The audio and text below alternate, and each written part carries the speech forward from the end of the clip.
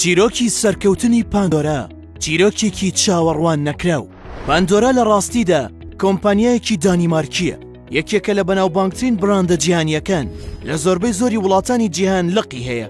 بەڕای ئەوەی ئەم براندە مێژوەکەی هێندە دوور و درێژ نییە، بەڵام لەگەڵ ئەوەشدا ناوبانگێکی زۆری هەیە.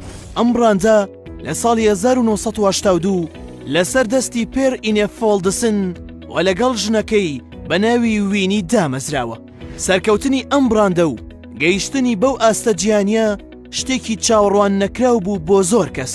تەنانەت دەوترێت کە خاوەنی براندەکە هەرگیز بیری بۆ ئەوە نەچووە کە ڕۆژێک بێتە بەڕێوەبەری براندێکی جیهانی.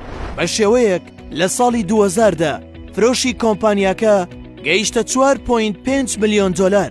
دوای 7 ساڵیش ئەو ڕێژەیە بە شێوەیەکی زۆر بەرز دەبێتەوە. فرۆشیان دەگاتە 500 ملیۆن دۆلار. سەرەتای دروستبوونی ئەم براندە بۆ ئەو کاتە دەگەڕێتەوە کە ئینێڤۆڵتن و هاوسەرەکەی هەستان بەهێنانی خشڵ لە وڵاتی تایلەندەوە. دواتر لە ساڵی 1987 بڕیاریاندا کە کاری فرۆشتنی تا گواز لێ بهێنن، دەست بکەن بە فرۆشتنی بە کۆمەڵ. لە ساڵی 1989 توانیان سەرکەوتنێکی باش و قازانجێکی زۆر بەدەست بهێنن. پاشان ئینڤێڵدۆسن لەگەڵ هاوسەرەکەی دەچێتە تایلەند. لەوێ کۆمپانیایەکی بچووکی تایبەت بە دیزاینکردنی خشڵ لە بانکۆکدا دەمەزرێنن. لەو کاتەدا تەنها 10 کارمەندیان هەبوو. هەڵبژاردننی تایلەند بە هەنگاوێکی سەرکەوتوودا دەنرێت، چونکە تێچووی بەرەمێنان لە تایلەند کەم بوو. هەروەها فرۆشێکی باشیان هەبوو، بە شێوەیەک کە هەناردەی دانیمارکیان دەکردەوە. لەوێشەوە خەڵکێکی زۆر دەیان کڕی. دوای ماوەیەکی زۆر لە کارکردن لە ساڵی 2000 بەرەبەرە خەشڵەکان بە بازاڕەکانی جیهاندا بڵاو بوونەوە.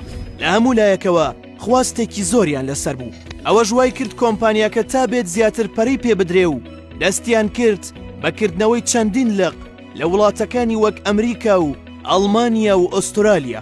ئەمەش نیشاندەری ئەوەیە کە هەموو ئیشەیەک سەرەتا بچووکە و تەنها بەردەوامی و بەرگەگرتن دەتوانێت گەورەی بکات. ئەی تۆ چ ئیشێکت هەیە ئەو شێوەی ئەمە بێت؟